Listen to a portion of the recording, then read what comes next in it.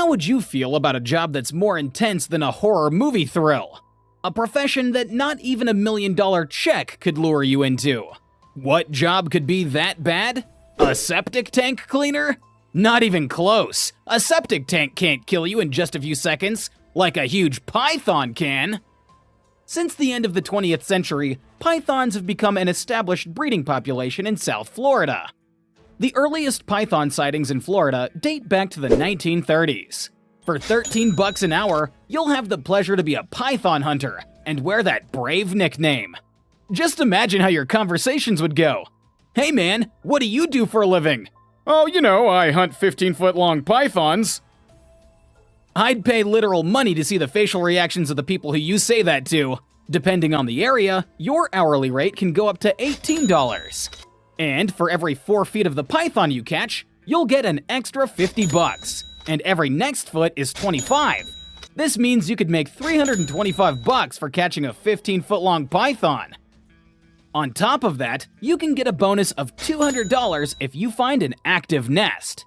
That's a nice sum, but do you think it's worth risking your life? These brave people that hunt pythons don't do it just because of the money. These people are passionate about it since they're nature lovers.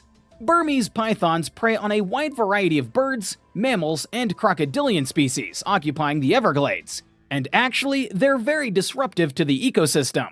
They're classified as an invasive species, and they have a high reproductive potential.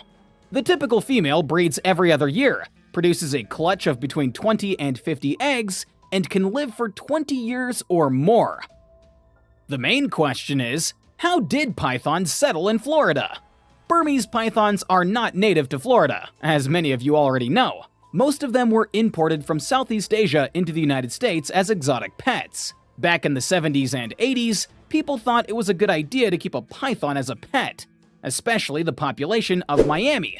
So what happens when these pythons grow so large, their owners can't keep them as pets anymore? Well, they take a short ride west of Miami to the Florida Everglades and release them into the wilderness. And that's how the Everglades became home to some of the biggest pythons in the world. The first python ever captured in the Everglades was in 1979, but most experts believe they were around long before that, but not in large enough numbers to cause big problems. The breeding population had not yet reached the critical point where these invasive pythons could overwhelm the native wildlife. The number of pythons in the Everglades has increased dramatically since Hurricane Andrew. A popular theory is that Hurricane Andrew in 1992 destroyed a private python breeding facility on the edge of the Everglades in the area west of Miami. Not everyone agrees with that theory, because nobody seems to know what the facility was named or where it was located. What's the largest python ever caught? The record for the largest python ever caught was set by Ian Easterling, Jake Walleri, and Stephen Gouda. They caught a 19-foot-long python on July 10th of 2023. They captured it on video, and it went viral. Take a look at this.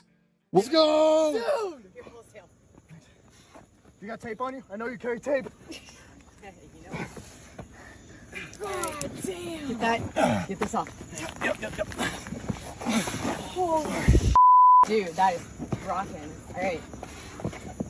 Larry was millimeters away from death. He was literally grappling with something that could have killed him in just a few minutes.